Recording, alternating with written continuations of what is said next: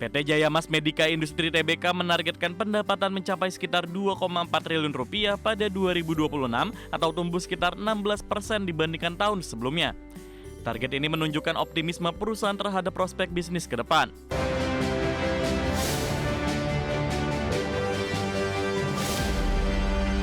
Emiten alat kesehatan PT Jaya Mas Medika Industri Tbk terus menjaga momentum pertumbuhan bisnis di tahun 2026. Perusahaan menargetkan kinerja lebih agresif di tengah tantangan global dan dinamika industri kesehatan. PT Jaya Mas Medika Industri Tbk menargetkan pendapatan mencapai sekitar 2,4 triliun rupiah pada 2026 atau tumbuh sekitar 16% dibandingkan tahun sebelumnya. Target ini menunjukkan optimisme perusahaan terhadap prospek bisnis ke depan. Selain mengejar pertumbuhan pendapatan, perusahaan juga menargetkan peningkatan margin laba bersih di kisaran 18% pada 2026. Langkah ini menunjukkan strategi untuk menjaga keseimbangan antara pertumbuhan dan efisiensi. Sepanjang 2025, Omet mencatat kinerja yang solid dengan pendapatan sekitar 2,06 triliun rupiah dan laba bersih mencapai 368,9 miliar rupiah. Hasil ini menjadi dasar kuat untuk pertumbuhan di tahun berikutnya. Sementara itu, pertumbuhan kinerja didukung oleh efisiensi operasional dan peningkatan penjualan produk bernilai tambah, termasuk segmen bioteknologi yang memberikan margin lebih tinggi. Strategi ini menjadi kunci dalam menjaga profitabilitas. Permintaan alat kesehatan di dalam negeri masih menunjukkan tren positif, didorong oleh peningkatan layanan kesehatan dan ekspansi rumah sakit. Kondisi ini menjadi katalis utama bagi pertumbuhan Omet. Selain itu, kebijakan pemerintah terkait peningkatan tingkat kandungan dalam negeri juga menjadi faktor pendorong yang memberikan peluang bagi produsen lokal untuk meningkatkan penetrasi pasar. Langkah ini memperkuat industri nasional. Perusahaan terus melakukan ekspansi bisnis melalui penambahan produk dan perluasan distribusi, termasuk menjangkau pasar ekspor seperti Filipina. Strategi ini diharapkan mendorong pertumbuhan jangka panjang. Meski optimis, perusahaan tetap mewaspadai risiko global, seperti fluktuasi harga bahan baku dan ketegangan geopolitik yang dapat mempengaruhi rantai pasok. Langkah mitigasi terus diperkuat. Sektor kesehatan dinilai lebih resilien terhadap tekanan ekonomi karena kebutuhan alat medis bersifat esensial. Hal ini tentunya menjadi keunggulan bagi Omet dalam menjaga kinerja. Dengan kombinasi strategi efisiensi, ekspansi, dan inovasi produk, Omet optimis dapat menjaga pertumbuhan di tengah dinamika industri kesehatan global. Berbagai sumber, IDX Channel. Emiten properti PT Bangun Kosambi Sukses Tbk atau CBDK menargetkan pertumbuhan marketing sales yang agresif di tahun 2026. Perusahaan membidik kenaikan pra-penjualan sebesar 31% di tengah dinamika pasar properti. PT Bangun Kosambi Sukses Tbk menargetkan marketing sales atau pra-penjualan sebesar 563 miliar rupiah pada 2026. Angka ini tumbuh 31% secara tahunan. Target tersebut mencerminkan optimisme perusahaan terhadap pemulihan sektor properti. Perusahaan berfokus pada pengembangan kawasan terintegrasi di Tangerang dengan total land bank mencapai 702 hektar. Kawasan ini dirancang sebagai pusat distrik bisnis yang strategis dan modern. CBDK menjadikan penjualan kafling tanah komersial sebagai motor utama pertumbuhan seiring meningkatnya minat pelaku usaha untuk mengamankan lokasi strategis. Segmen ini dinilai memiliki potensi besar dalam mendorong kinerja. Manajemen melihat adanya tanda pemulihan minat investor dan pelaku usaha, terutama dalam mencari lahan untuk ekspansi bisnis. Kondisi ini menjadi sinyal positif bagi industri properti. Kawasan Pantai Indah Kapuk 2 atau PIK 2 menjadi salah satu proyek utama yang mendorong kinerja dengan ekosistem bisnis yang terus berkembang. Kawasan ini dinilai semakin matang sebagai destinasi bisnis. Kehadiran Nusantara International Convention Exhibition atau NICE menjadikan salah satu pendorong utama dalam meningkatkan aktivitas bisnis dan event di kawasan tersebut. Fasilitas ini menarik kegiatan MICE skala nasional dan internasional. Selain NICE, CBDK juga menargetkan operasional Hotel Hilton di PIK 2 pada 2027 yang akan menjadi sumber pendapatan berulang atau recurring income.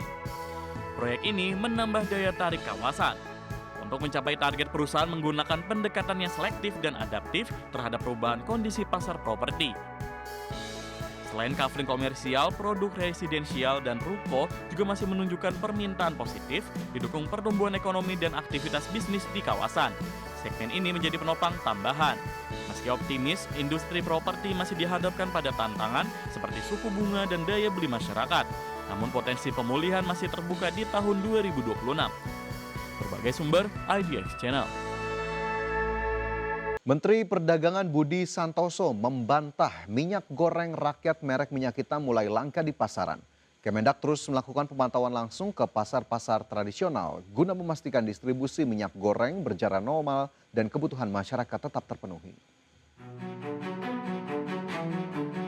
Menteri Perdagangan Budi Santoso membantah minyak goreng rakyat merek Minyak Kita mulai langka di pasaran. Mendak Budi menjelaskan Minyak Kita sejak awal merupakan instrumen intervensi pemerintah untuk menjaga stabilitas harga minyak goreng domestik.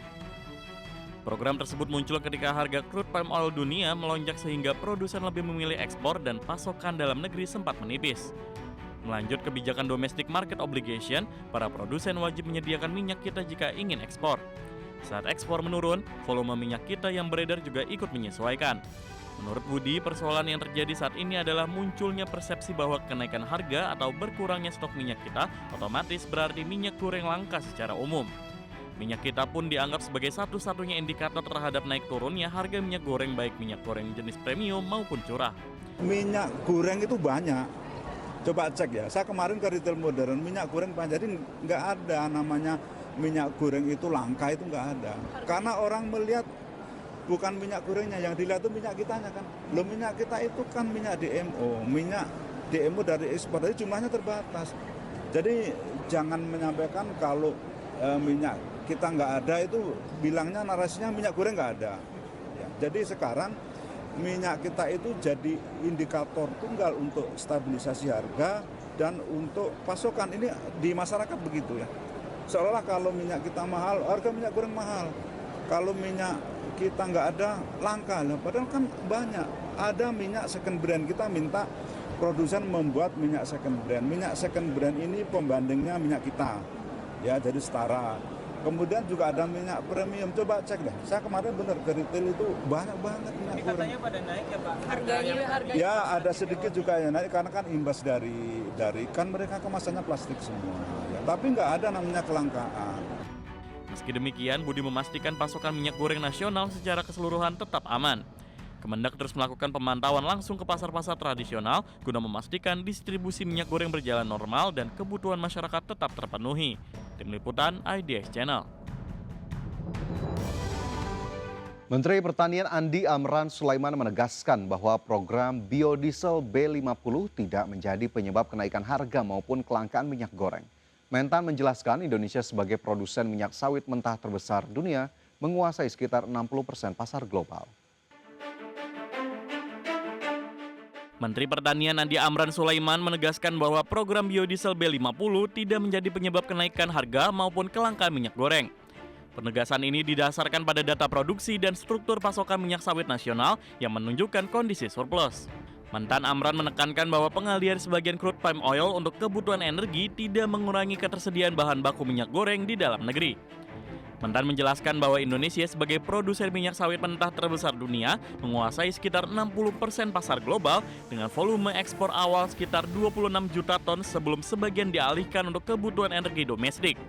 Dari jumlah tersebut sekitar 5,3 juta ton digunakan untuk biofuel guna menghentikan impor solar. Justru produksi kita naik 6 juta ton.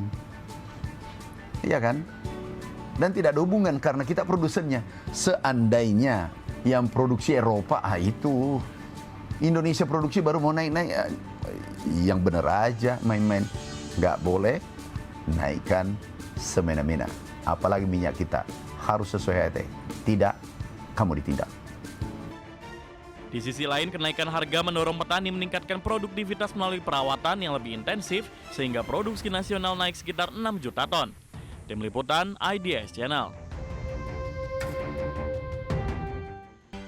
Kembali bersama kami di IDX First Session Closing, pemirsa. Emiten Layanan Kesehatan PT Prodia Widya Husada Tbk atau PRDA mencermati dampak pelemahan nilai tukar rupiah. Namun perusahaan menilai risiko tersebut masih dapat dikendalikan dan bisnis tetap stabil. PT Prodia Widya Husada Tbk menyatakan pelemahan rupiah menjadi salah satu faktor yang perlu diwaspadai, terutama karena perusahaan masih bergantung pada impor alat dan bahan medis. Kondisi global yang tidak pasti turut menambah tekanan. Meski terdapat tekanan, nilai tukar manajemen menilai dampaknya masih terbatas karena perusahaan telah mengantisipasi melalui perjanjian kontrak dan kerjasama dengan mitra. Strategi ini dinilai membuat biaya lebih terkendali.